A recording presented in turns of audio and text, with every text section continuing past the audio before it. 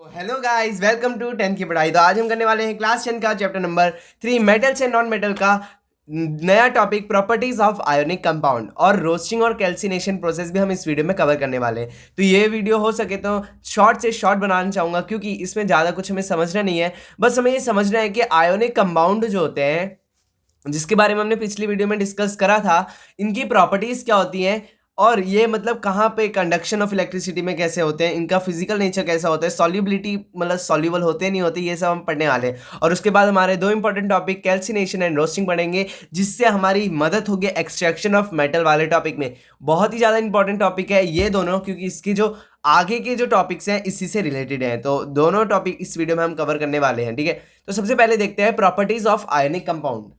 अब ionic compound क्या होता है, हमने देखा था जैसे कि हमारा NaCl। NaCl एक आयोनिक कंपाउंड है जो मेटल और नॉन मेटल के रिएक्ट होने पे बनता है, ठीक है। तो ये फिजिकल नेचर कैसा होता है इनका? फिजिकल नेचर इनका high melting and boiling point because force of attraction between element is very high. तो देखो, अब जो फिजिकल नेचर होता है ना इनका, ये इनका जो फिजिकल नेचर होता है, एक तो होता है हमारा ब्रिटल इन नेचर। मतलब पहले मैं आपको बता देता हूँ ये दो टॉपिक फिजिकल नेचर के, ठीक है। तो ब्रिटल इन नेचर मतलब कि अगर मैंने इन कंपाउंड को, जैसे कि यहाँ पे मैंने ये कंपाउंड रखा और ऊपर से एक मैंने ये समझ लो ये हथौड़ा है, तो हथौड़ा जैसे ही मारूंगा ना मैं इस पे, तो ये दो टुकड़ों में डिवाइड हो जाएगा, मतलब कि टूट जाएगा, ठीक है। अब पढ़ते ये वाला, इनका जो मेल्टिंग और बॉइलिंग पॉइंट होता है वो बहुत ही ज्यादा हाई होता है। हाई क्यों होता है? क्योंकि इनके बीच का जो फोर्स ऑफ अट्रैक्शन होती है between element is very high. अब फोर्स ऑफ अट्रैक्शन क्या है भाई? यहाँ पे फोर्स ऑफ अट्रैक्शन है, देखो जैसे कि यहाँ पे आ गया हमारा Na और ये आ गया हमारा Cl। तो Na जो होता है वो हमारा प्लस का होगा और Cl हमारा माइनस का होगा। जैसे कि मैंने आपको पिछली वीडियो में बताया था कि ऑलमोस्ट सब मेटल जो होते हैं वो अपना इलेक्ट्रॉन देते हैं और नॉन मेटल जो होते हैं वो अपना एक इलेक्ट्रॉन लेते हैं, एक या दो से भी ज़्यादा इलेक्ट्रॉन लेते हैं। तो Na जो है वो प्लस का है और जो माइनस का है वो है Cl। तो हमने पढ़ा है कि जो प्लस और माइनस होते हैं, जैसे कि हमारे मैग्नेट होते हैं, वो एक दूसरे को क्या करते हैं? अट्रैक्ट करते हैं। तो ये NaCl बनाते हैं और ये NaCl का जो कंपाउंड होता है ये बहुत हार्ड होता है। हार्ड होने की वजह से जब मैं इसको हाई मेल्टिंग पॉइंट से गर्म करूंगा या मतलब मेल्ट करूंगा, तो मेरे को हाई मेल्टिंग पॉइंट चाहिए होगा, क्योंकि इनके बीच का जो रिलेशन है वो क्या है? बहुत मजबूत है। इसको तोड़ने में ज़्यादा मेल्टिंग पॉइंट लगेगा, ज़्यादा बॉइलिंग पॉइंट लगेगा, ठीक है। आई होप आपको समझ आया होगा कि फोर्स ऑफ अट्रैक्शन मतलब कि एक प्लस का है एक माइनस का है, दोनों एक दूसरे को अट्रैक्ट करते हैं और ऐसे अट्रैक्ट करते हैं कि उन्हें तोड़ पाना बहुत ही ज्यादा मुश्किल होता है। इसलिए हमें हाई मेल्टिंग और बॉइलिंग पॉइंट को रखना पड़ता है इन पे, ठीक है। ब्रिटल इन नेचर मैंने आपको बता ही दिया। सॉल्युबिलिटी क्या होता है? सॉल्युबिलिटी मतलब क्या ये पानी या किसी भी चीज में घुलते हैं?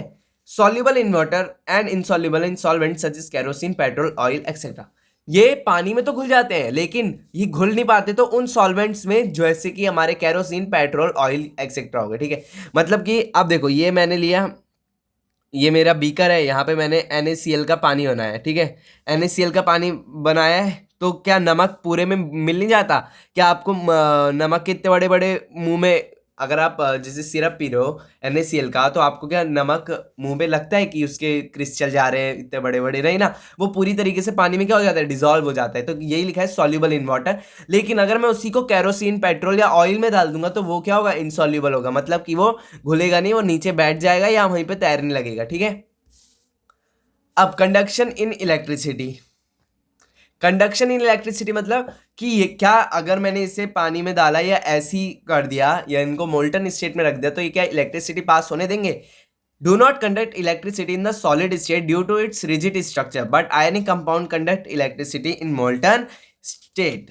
ये जो होते हैं अगर रिजिड मतलब सॉलिड स्टेट में, तो ये इलेक्ट्रिसिटी जनरेट नहीं करते। जैसे कि आप देखो, ये मेरा एक ब्लॉक है जिसमें ये NaCl का ब्लॉक है, तो इसमें NaCl NaCl ऐसे, मतलब ये ना NaCl ऐसे ऐसे पूरा भर रखा है, ठीक है। अब मैंने यहाँ से एक पॉजिटिव वायर लगाई, यहाँ से नेगेटिव वायर लगाई। अब ये क्या है? ये ना पूरी टाइटली पैक्ड है। क्या है? टाइटली पैक्ड है। तो इसके बीच में इलेक्ट्रिसिटी मूव ही नहीं कर पाएगी, कहीं जा ही नहीं पाएगी, तो ये कंडक्टर नहीं कर पाएगा। लेकिन अगर मैं इसको NaCl को पानी में डाल दूंगा तो NaCl, देखो अब वही है, NaCl जगह बन जाएगी थोड़ी। क्या बन जाएगी? ये टाइटली पैक्ड होता है, इसकी वजह से इलेक्ट्रिसिटी कंडक्ट नहीं कर पाता। लेकिन जैसे ही मैं इसको किसी सॉल्युबल चीज में डाल दूंगा तो ये क्या हो जाएंगे? पार्टिकल्स खुल जाएंगे और इनके बीच में स्पेस बन जाएगी, जिसकी मदद से जैसी ये इलेक्ट्रिसिटी जाएगी तो हमारे जो पार्टिकल्स हैं वो मूव करने लगेंगे और हमारी इलेक्ट्रिसिटी कंडक्ट हो जाएगी। यही लिखा है कि रिजिड स्ट्रक्चर होता है, इसलिए ये इलेक्ट्रिसिटी कंडक्ट नहीं कर पाते सॉलिड स्टेट में। लेकिन जैसे ही मैं इसको मोल्टन स्टेट में कर दूंगा, कि मतलब पिघला दूंगा या पानी के साथ मिला दूंगा, तो वैसे ये इलेक्ट्रिसिटी क्या कर देंगे, कंडक्ट कर देंगे। अब पढ़ते हैं रोस्टिंग और कैल्सिनेशन, दोनों ही इंपॉर्टेंट टॉपिक है। रोस्टिंग क्या होता है? The sulphides ore are converted into oxide by heating strongly in the presence of excess of air. देखो, अब जब हम नेक्स्ट टॉपिक पढ़ेंगे ना, एक्सट्रैक्शन ऑफ मेटल्स या एनरिचमेंट ऑफ ओर्स, तो उसमें हमें पढ़ने को मिलेगा कि जो हमारे मेटल्स होते हैं वो सल्फाइड या कार्बोनेट की फॉर्म में हमारे अर्थ क्रस्ट में पाए जाते हैं। तो सल्फाइड जो होते हैं उनको पहले हमें ऑक्साइड की फॉर्म में कन्वर्ट करना होता है। अब सल्फाइड को ऑक्साइड के फॉर्म में चेंज करने के लिए हमें उसको एक्सेस ऑफ एयर में हमें क्या करना पड़ता है, हीट करना पड़ता है। Heating strongly in the presence of excess of air, मतलब कि बहुत सारी हवा देनी होगी, एयर की मतलब कोई कमी नहीं होनी चाहिए। जब हम एयर की बिल्कुल कमी नहीं होने देंगे, हीट करते रहेंगे और फुल एयर डालेंगे, तो हमारी रोस्टिंग होगी, जिसकी वजह से सल्फाइड जो होगा वो ऑक्सीडाइज हो जाएगा, सल्फाइड और जो होगा वो ऑक्साइड में कन्वर्ट हो जाएगा। और कैल्सिनेशन क्या होता है? The carbonate ore are converted into oxide by heating strongly in limited air. देखो यहाँ लिमिटेड एयर में हम इसको क्या करते हैं, हीट करते हैं, जिसकी वजह से कार्बोनेट और जो होता है वो ऑक्साइड में कन्वर्ट हो जाते हैं। इसी को हम क्या कहते हैं, कैल्सिनेशन कहते हैं। तो ये वीडियो यहीं पे खत्म करते हैं। आई होप आपको समझ आया होगा, और वीडियो अगर अच्छी लगी तो लाइक करना, चैनल को करना सब्सक्राइब। नेक्स्ट वीडियो में मिलेंगे एक्सट्रैक्शन ऑफ मेटल के आगे के टॉपिक के साथ। तब तक के लिए take care of your and family. Bye bye.